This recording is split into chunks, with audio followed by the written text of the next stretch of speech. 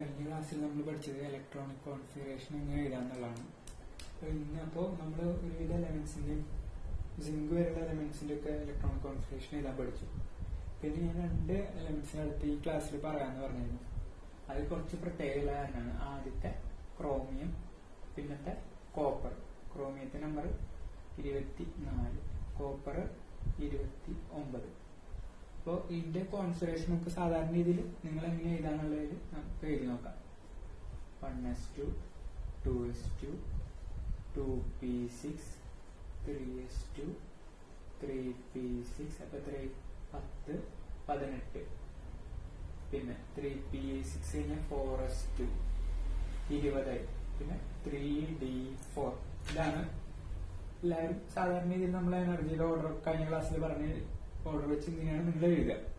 പക്ഷെ ഇങ്ങനെയല്ല ശരിക്കും. അതിന്റെ കാരണം ശരിക്കുള്ള കോൺഫിഗറേഷൻ എഴുതാം. ശരിക്കുള്ള കോൺഫിഗറേഷൻ എന്ന് പറയുമ്പോൾ 1s2, 2s2, 2p6, 3s2, 3p6, 4s1, 3d4, 3d5. ഇതാണ് ശരിക്കുള്ള കോൺഫിഗറേഷൻ. ഇതിന്റെ കാരണമാണ് ഞാൻ പറയാൻ പോകുന്നത്. ഞാൻ അതായത് കഴിഞ്ഞ ക്ലാസ്സിൽ പറഞ്ഞിരുന്നു ആറ്റം ഏറ്റവും സ്റ്റേബിൾ ആവുക സബ്ഷെല്ലില് ഹാഫ് ഫിൽഡ് സ്റ്റേറ്റിൽ ഇരിക്കുമ്പോഴാന്ന് പറഞ്ഞു. അപ്പൊ ഇതിനു മുമ്പ് ഇത് തെറ്റാണ്. ഇതാണ് ശരിക്കുള്ള കോൺഫിഗറേഷൻ. അപ്പൊ ഇതിനു മുമ്പത്തെ കോൺഫിഗറേഷൻ വിചാരിക്കാം. അതാവുമ്പോ അവസാനത്തെ മാത്രം എടുക്കാൻ നോക്കും. 4s2, 4sലും 3dയിലും. 3dയിൽ എത്ര ഓർബിറ്റിലുണ്ട്? 5 ഓർബിറ്റിൽ. 5 ഓർബിറ്റ് 3d. നേരത്തെ അനുസരിച്ചാണ് 4sൽ 2, പിന്നെ 1, 2, 3, 4 ഇങ്ങനെയായിരിക്കണം. പക്ഷെ ഇത് ഈ 4sന്ന് ഒരു ഇലക്ട്രോൺ ഇപ്പുറത്തേക്ക് ചാടും. അതായത് 4s1, 3d5 ആവും. അപ്പോ ഇത് രണ്ടും ഹാഫ് ഫിൽഡായി. അപ്പോ ഇതിന് സ്റ്റെബിലിറ്റി കൂടി. അപ്പൊ കൂടുതൽ സ്റ്റേബിൾ ആയിട്ടുള്ള ഇലക്ട്രോണിക് കോൺഫിഗറേഷൻ ഇതാണ്. അത് കാരണം 4sലേക്ക് വരേണ്ട ഒരു ഇലക്ട്രോൺ ഇങ്ങോട്ട് പോകും. ഇവിടുന്ന് ഇലക്ട്രോൺ ചാടി ഇപ്പുറത്തേക്ക് 3d5 ആവും. അതാണ് ക്രോമിയത്തിന്റെ. അതേപോലെ തന്നെയാണ് നമ്മൾ കോപ്പറിന്റെ. കോപ്പറിന്റെ ഇതേ സംഭവമാണ്. കോപ്പറിന്റെ നമ്മൾ പറഞ്ഞു Cu29. അപ്പൊ 1s2, 2s2, 2p6, 3s2, 3p6, 4s2, 3d9. ഇങ്ങനെയാണ് 29 എന്ന് പറയുന്നത്. പക്ഷെ ശരിക്കുള്ള കോൺഫിഗറേഷൻ ഇങ്ങനെയല്ല. ഞാൻ അടുത്തത് പറഞ്ഞ പോലെ ഈ 4sന്ന് ഒരു ഇലക്ട്രോൺ 3dയിലേക്ക് പോകും. എത്ര?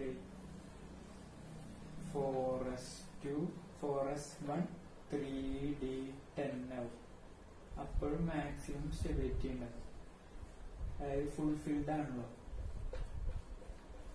അപ്പൊ മാക്സിമം സ്റ്റെബിലിറ്റി. അത് കാരണം കോപ്പറിന്റെ ക്രോമിയത്തിന്റെ കോൺഫിഗറേഷൻ ഓർത്ത് വെക്കണം. ഇത് തെറ്റരുത്. അപ്പൊ അത്രയാണ് ഇലക്ട്രോണിക് കോൺഫിഗറേഷനെ കുറിച്ചുള്ള കാര്യങ്ങൾ. ഇനി നമുക്ക് നേരെ പീരിയോഡിക് ടേബിളിൽ പോവാം. ഇനി നമ്മൾ പഠിക്കാൻ പോകുന്നത് പീരിയോഡിക് ടേബിളിനെ കുറിച്ചാണ്. പീരിയോഡിക് ടേബിളിനെ കുറിച്ച്, അതായത് ആവർത്തന പട്ടിക, അതിനെ കുറിച്ച് പറയുമ്പോൾ ആദ്യം നമുക്ക് അതിന് ചെറിയൊരു ഹിസ്റ്ററി പറയും. ഹിസ്റ്ററി പറയുമ്പോൾ ആദ്യം എലമെന്റ്സ് അറേഞ്ച് ചെയ്ത് തുടങ്ങിയത് ലവോയിസിയർ എന്ന് പറഞ്ഞ ശാസ്ത്രജ്ഞനാണ്. അതായത് അന്ന് ഒക്കെ അറേഞ്ച് ചെയ്തിരുന്നത് എങ്ങനെയാണ്? Increasing order of there atomic mass. അതായത് ആറ്റോമിക് മാസുകളുടെ ഇൻക്രീസിംഗ് ഓർഡറിലാണ് അറേഞ്ച് ചെയ്യാറുന്നൊക്കെ ശാസ്ത്രജ്ഞന്മാര്. അപ്പൊ ആദ്യം പറഞ്ഞ പേരെന്തായിരുന്നു? ലവോയിസിയർ. പിന്നെ വന്ന ഒരാളാണ് ഡോബറൈനർ. ഡോബറൈനർ എന്ത് ചെയ്തു? ഓരോ ട്രയാഡുകൾ ആൾ കണ്ടുപിടിച്ചു. അതായത് 3 എലമെന്റ്സുകളുടെ കൂട്ടം. 1, 2, 3, പിന്നെ 1, ഇങ്ങനെ 3 എലമെന്റ്സുകളുടെ ഓരോ കൂട്ടങ്ങളുണ്ട്. അതിന്റെ എക്സാമ്പിൾ ആയിട്ട് നമ്മൾ പറയുന്നതാണ് ലിഥിയം, സോഡിയം, പൊട്ടാഷ്യം. എക്സാമ്പിൾ കഴിയില്ല. അപ്പൊ ആള് പറഞ്ഞത് എന്താ വെച്ചാൽ the average of atomic mass of lithium and potassium equal to sodium. അതായത് ലിഥിയത്തിന്റെയും പൊട്ടാഷ്യത്തിന്റെയും ആറ്റോമിക് മാസുകളുടെ ആവറേജ് എടുത്താൽ ഇതിനടിക്കിലത്തെ സോഡിയത്തിന്റെ അറ്റോമിക് മാസ് കിട്ടും. അപ്പൊ അങ്ങനെയാണ് ഇത് 6.9. ഇത് എത്ര വരും? 39. സോഡിയത്തിന്റെ 23. അങ്ങനെയാണ് ആറ്റോമിക് മാസ്. അപ്പൊ ഇത് രണ്ടും കൂട്ടി എത്ര കിട്ടി?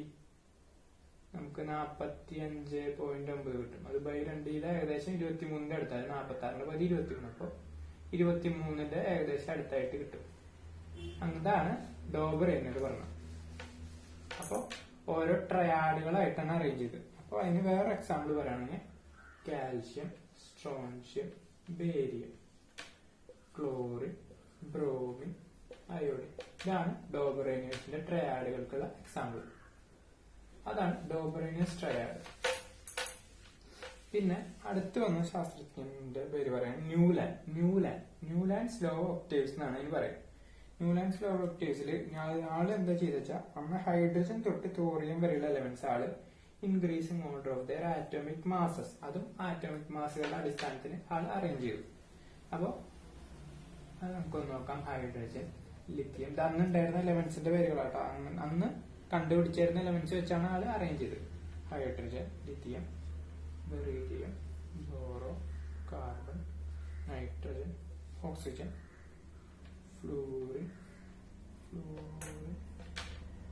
Sodium, magnesium, aluminium, silicon, phosphorus, sulphur. പിന്നെ ഇനിയും കുറെ ഉണ്ട്. അന്ന് ഹൈഡ്രജൻ തൊട്ട് തോറിയം വരെ ഉണ്ടായിരുന്നു പറഞ്ഞു. അതിൽ ഇടയിൽ എല്ലാ എലമെന്റ്സും ഇല്ല, ഇടയിൽ കുറച്ച് എലമെന്റ്സ് മിസ്സിംഗ് ആണ്, അന്ന് കണ്ടുപിടിച്ചിട്ടില്ല. അപ്പൊ അതുവരെയുള്ള എലമെന്റ്സ് ആൾ അറേഞ്ച് ചെയ്തു. അപ്പൊ ആള് എന്താ കണ്ടായിരുന്നു പറഞ്ഞാൽ, ആദ്യത്തെ എലമെന്റ് ഇപ്പൊ ഒരു എക്സാമ്പിൾ എടുക്കുക. ഇത് ലിഥിയം എടുക്കുക. ലിഥിയം തൊട്ട് പിന്നെ ലിഥിയം കഴിഞ്ഞിട്ടുള്ള 8ാമത്തെ എലമെന്റ്, 7 കഴിഞ്ഞിട്ടുള്ളത്, അത് രണ്ടിനും ഒരേ പ്രോപ്പർട്ടി കാണിക്കാൻ തുടങ്ങി. അതായത് every 8th element had properties similar to that of the first element. അതാണ് ന്യൂലാൻഡ്സ് ലോ ഓഫ് ഒക്ടേവ്സ്. അതായത് 7 നോട്ടുകൾ മ്യൂസിക്കല് സ, രി, ഗ, മ, പ, ദ, നി. അങ്ങനെ അതാണ് ഒക്ടേവ്സ് കൊണ്ട് ഉദ്ദേശിക്കുന്നത്. അതാണ് ന്യൂലാൻഡ്സ് ലോ ഓഫ് ഒക്ടേവ്സ്. അതായത് 7 ഇതായിട്ട് ആള് അറേഞ്ച് ചെയ്തു. അപ്പൊ ആളെന്താ കണ്ടുപിടിച്ചത്, എവ്രി 8th element. ഇപ്പൊ ലിഥിയം ഒരു എക്സാമ്പിൾ എടുക്കുകയാണെങ്കിൽ ലിഥിയം കഴിഞ്ഞ 8th element സോഡിയം. അപ്പൊ സോഡിയത്തിനും ലിഥിയത്തിനും ഒരേ പ്രോപ്പർട്ടി. അതേപോലെ ബെറീലിയത്തിനും മഗ്നീഷ്യത്തിനും ഒരേ പ്രോപ്പർട്ടി. അതാണ് ന്യൂലാൻഡ്സ് പറഞ്ഞത്. പിന്നെ വന്ന ആളാണ് മെൻഡലീവ്. ഈ പേര് നിങ്ങൾ എല്ലാവരും ഓർത്തു വെക്കണം. മെൻഡലീവ് എന്താ പറയുന്നത്? മെൻഡലീവിനെ എന്താ വിളിക്കുന്നത്? ഫാദർ ഓഫ് പീരിയോഡിക് ടേബിൾ എന്നാണ് വിളിക്കുന്നത്. അപ്പൊ മെൻഡലീവ് എന്താ ചെയ്തെന്ന് വെച്ചാൽ, അന്ന് ഉള്ള നോൺ എലമെന്റ്സിനെ ആള് വിചാരിച്ചിരുന്നത് ആറ്റോമിക് മാസുകളുടെ അടിസ്ഥാനത്തിലാണ് നമ്മൾ എലമെന്റ്സിനെ അറേഞ്ച് ചെയ്യാന്നുള്ളതാണ്. അപ്പൊ അന്ന് ആൾക്ക് നോൺ ആയിട്ടുള്ള എലമെന്റ്സ്, അന്ന് എത്ര എലമെന്റ്സ് ഉണ്ടായിരുന്നു? 63 എലമെന്റ്സ് ഉണ്ടായിരുന്നു നോൺ ആയിട്ട്. അതിനൊക്കെ ആള് അറേഞ്ച് ചെയ്തു. എങ്ങനെ അറേഞ്ച് ചെയ്തു? ഈ എലമെന്റ്സിനെയൊക്കെ ആളെന്ത് വിളിച്ചു? മെയിൻ ആയിട്ട് 6 എന്നുള്ള ഒരു ഇതില് എലമെന്റ്സിനെ നെയിം ചെയ്തു. എലമെന്റ്സിന് ആള് 6 ജസ്റ്റ് റെപ്രസെന്റ് ചെയ്തു. 6 എന്ന് പറഞ്ഞ ഒരു ആൽഫബറ്റ് വെച്ച്. പിന്നെ അതിനെന്ത് ചെയ്തു? ഈ എലമെന്റ്സിനെ ഹൈഡ്രജൻ ആയിട്ടും ഓക്സിജൻ ആയിട്ടും ആള് റിയാക്ട് ചെയ്യിപ്പിച്ചു ഈ എല്ലാ എലമെന്റ്സിനും. അപ്പോ ആൾക്ക് ഞാൻ ഒരു എക്സാമ്പിൾ പറയാം. അതായത് സോഡിയം ആയിട്ട് ഹൈഡ്രജൻ റിയാക്ട് ചെയ്തപ്പോ NaH കിട്ടി. ഓക്സിജൻ റിയാക്ട് ചെയ്തപ്പോ Na2O കിട്ടി. അതേപോലെ പൊട്ടാഷ്യം ആയിട്ട് ഹൈഡ്രജൻ റിയാക്ട് ചെയ്തപ്പോ KH കിട്ടി. പൊട്ടാഷ്യം ആയിട്ട് ഓക്സിജൻ റിയാക്ട് ചെയ്തപ്പോ K2O കിട്ടി. അപ്പോ ഇതിന്റെ രണ്ടിന്റെ ജനറൽ ആയിട്ടുള്ള ഫോർമുല എലമെന്റ് നമ്മൾ 6 എന്ന് പറയുന്നു. അപ്പോ RH R2O ഇങ്ങനെ ഒരു ഫോർമുല കിട്ടി. മനസ്സിലായോ? അപ്പോ ഈ ഫോർമുല വരുന്ന എല്ലാ എലമെന്റ്സിനെയും അയാള് ഒരു കോളത്തിലിട്ടു. അതേപോലെ വേറെ എലമെന്റ്സിനെ അങ്ങനെ റിയാക്ട് ചെയ്തു.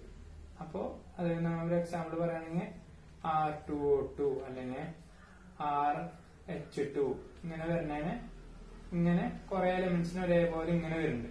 അതിനൊക്കെ കൂടി വേറൊരു കുളത്തിലിട്ടു. അങ്ങനെയാണ് മെൻഡലീവ് എലമെന്റ്സിനെ അറേഞ്ച് ചെയ്തത്. അതും ആറ്റോമിക് മാസ്, അതായത് ഇപ്പൊ ഈ സോഡിയത്തിന്റെയും പൊട്ടാഷ്യത്തിന്റെയും ഒരേ ഫോർമുല വന്നു പറഞ്ഞില്ലേ. അപ്പൊ അതിന് അയാള് increasing order of their atomic മാസിൽ അറേഞ്ച് ചെയ്തപ്പോ ആദ്യം ഇത് വന്നു സോഡിയം വന്നു, പിന്നെയാണ് ഇത് വന്നു പൊട്ടാഷ്യം വന്നു. മനസ്സിലായ? അതും ആറ്റോമിക് മാസുകളുടെ ഇൻക്രീസിംഗ് ഓർഡറിലും കൂടെ കണക്കാക്കി അറേഞ്ച് ചെയ്തു. അപ്പോ വരുന്ന എന്താണെന്ന് വിചാരിച്ചിട്ടുണ്ടെങ്കിൽ ആള് വെർട്ടിക്കലി ആയിട്ടും ഹൊറിസോണ്ടലി ആയിട്ടും ഒരു പെട്ടി പോലെ അറേഞ്ച് ചെയ്ത്. അപ്പൊ അയാള് ഇങ്ങനെ പെട്ടി പോലെയാണ് മെന്റലീവ് അറേഞ്ച് ചെയ്തത്, ഇങ്ങനെ ബോക്സുകൾ. മനസ്സിലായോ? അപ്പൊ ആള് ബോക്സുകളിലെ ഹൊറിസോണ്ടലി ആയിട്ടുള്ള എന്ത് വിളിച്ചു? പീരീഡുകൾ എന്ന് വിളിച്ചു. ഇപ്പോഴും മോഡേൺ പീരിയോഡിക് ടേബിളിലും അങ്ങനെ തന്നെയാണ് വിളിക്കുന്നത്. വെർട്ടിക്കലി ആയിട്ടുള്ള എന്ത് വിളിച്ചു? ഗ്രൂപ്പുകൾ എന്ന് വിളിച്ചു. മനസ്സിലായി? വെർട്ടിക്കലി ഉള്ളതിനെ ഗ്രൂപ്പ് എന്നും ഹൊറിസോണ്ടലി ഉള്ളതിനെ പീരീഡ് എന്നും വിളിക്കും. അങ്ങനെയാണ് മെന്റലീവ് അറേഞ്ച് ചെയ്തു. അപ്പൊ മെന്റലീവിന്റെ പീരിയോഡിക് ടേബിളിന്റെ പ്രത്യേകത എന്താന്ന് പറഞ്ഞാൽ ആളെന്ത് ചെയ്തു, കുറെ ഗ്യാപ്പുകൾ വിട്ടിട്ടുണ്ടായിരുന്നു അയാളുടെ എലമെന്റ്. അതിന് മുമ്പുള്ള ശാസ്ത്രജ്ഞന്മാരൊക്കെ ചെയ്ത അന്ന് കണ്ടുപിടിച്ച എലമെന്റ് വെച്ച് അവർ ജസ്റ്റ് അറേഞ്ച് ചെയ്തു. അവര് വിചാരിച്ചിരുന്നത് അത്ര എലമെന്റ്സ് ഉണ്ടാവുള്ളൂ എന്നാണ് വിചാരിച്ചിരുന്നത്. പക്ഷെ മെന്റലീവ് എന്ത് പറഞ്ഞു, ഇനിയും ഭാവിയിൽ കുറെ എലമെന്റ്സ് കണ്ടുപിടിക്കും. അപ്പോൾ ആളെന്ത് ചെയ്തു, അയാളുടെ പീരിയോഡിക് ടേബിളിൽ കുറെ ഗ്യാപ്പുകൾ വിട്ടായിരുന്നു. ഇവിടെ ഇന്ന എലമെന്റ്സ് വരും, കുറച്ച് എലമെന്റ്സ് പിന്നെ കണ്ടുപിടിക്കും. പിന്നെ അയാൾക്ക് ഇനി കണ്ടുപിടിക്കാൻ പോണ എലമെന്റ്സിന്റെ കുറച്ച് പ്രോപ്പർട്ടീസ് വരെ ആൾക്ക് പ്രൊഡിക്ട് ചെയ്യാൻ പറ്റി. അപ്പൊ അതിൽ കുറച്ച് എലമെന്റ്സ് പറഞ്ഞു വെച്ചാൽ ആള് പ്രൊഡിക്ട് ചെയ്ത് എക്ക അലൂമിനിയം എന്ന് പറഞ്ഞ എലമെന്റ് വരും എന്ന് പറഞ്ഞു. അതാണ് പിന്നെ ഗാലിയം ആയിട്ട് വന്നത്. മനസ്സിലായോ? അതേപോലെ എക്ക എക്കാന്നും പറയാം, ഏകാന്നും പറയാം. ഏക ബോറോൺ, അതാണ് പിന്നെ എന്തായിട്ട് വന്നത്, സ്കാൻഡി ആയിട്ട് വന്നു. അതേപോലെ എക്ക സിലിക്കോൺ, അതാണ് എന്തായിട്ട് വന്നത്, ജർമാനിയം. മനസ്സിലായോ? അപ്പൊ ഈ ഗാലിയത്തിനും സ്കാൻഡിയത്തിനും ജർമാനിയത്തിനും വേണ്ടിയിട്ട് ആളുടെ പീരിയോഡിക് ടേബിളിൽ ഗ്യാപ്പുകൾ വിട്ടായിരുന്നു. അപ്പൊ അവിടെ ഇങ്ങനെ എക്ക അലൂമിനിയം എന്നാണ് ആള് അന്ന് അതിനെ പേര് വിളിച്ചത്. പിന്നെ കണ്ടുപിടിച്ച ഗാലിയം, സ്കാൻഡിയം, ജർമാനിയം എന്ന് പറഞ്ഞിട്ട് അതിനെ പേരിട്ടു. അപ്പൊ ഇതാണ് മെന്റലീവിന്റെ പീരിയോഡിക് ടേബിളിന്റെ മെയിൻ ആയിട്ടുള്ള പ്രത്യേകത. കുറെ ഡ്രോബാക്കുകളും പോരായ്മകളും ഒക്കെ ഉണ്ട്. അത് എല്ലാത്തിനും ഉണ്ടാവുമല്ലോ ചെറിയൊരു പോരായ്മ. അപ്പൊ ഞാൻ ജസ്റ്റ് അതിന്റെ ഒരു അഡ്വാൻറ്റേജ് നിങ്ങൾക്ക് ഓർത്തു വെക്കാൻ പറഞ്ഞോളാം. മെയിൻ ആയിട്ട് ഇമ്പോർട്ടന്റ് ആയിട്ടുള്ള കാര്യം. മനസ്സിലായോ? പിന്നെ വരുന്നത് എന്താ വെച്ചാൽ പിന്നെയാണ് മോഡേൺ പീരിയോഡിക് ടേബിൾ വരുന്നത്. മോഡേൺ പീരിയോഡിക് ടേബിൾ അതായത് ഹെൻറി മൂസ്ലി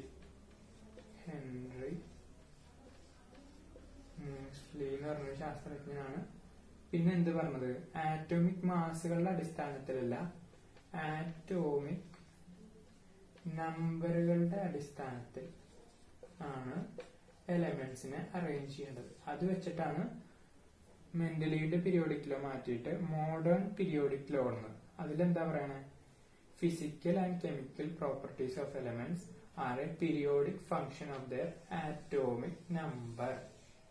മനസ്സിലായി? അപ്പൊ ആറ്റോമിക് മാസുകളുടെ അടിസ്ഥാനത്തിലല്ല, ആറ്റോമിക് നമ്പറുകളുടെ അടിസ്ഥാനത്തിലാണ് എലമെന്റ്സുകളെ അറേഞ്ച് ചെയ്യേണ്ടത്. അപ്പോ പിന്നെ ആള് അന്നത്തെ എലമെന്റ്സ് വെച്ചിട്ട് അറേഞ്ച് ചെയ്തു. അതിലും വെർട്ടിക്കലി ആയിട്ടുള്ള എന്ത് പറഞ്ഞു, ഗ്രൂപ്പ് എന്ന് പറഞ്ഞു. മെന്റലീവ് വിളിച്ച പോലെ തന്നെ ഹൊറിസോണ്ടലി ആയിട്ടുള്ളതിനെ എന്ത് വിളിച്ചു, പീരീഡുകൾ എന്ന് വിളിച്ചു. അങ്ങനെ നമ്മളിപ്പോ ഈ കാണുന്ന പീരിയോഡിക് ടേബിളിനെ അറേഞ്ച് ചെയ്തു. മനസ്സിലായില്ലേ? അപ്പൊ അത്രയാണ് പീരിയോഡിക് ടേബിളിന്റെ ഹിസ്റ്ററിയും കാര്യങ്ങളൊക്കെ പറയുകയാണെങ്കിൽ.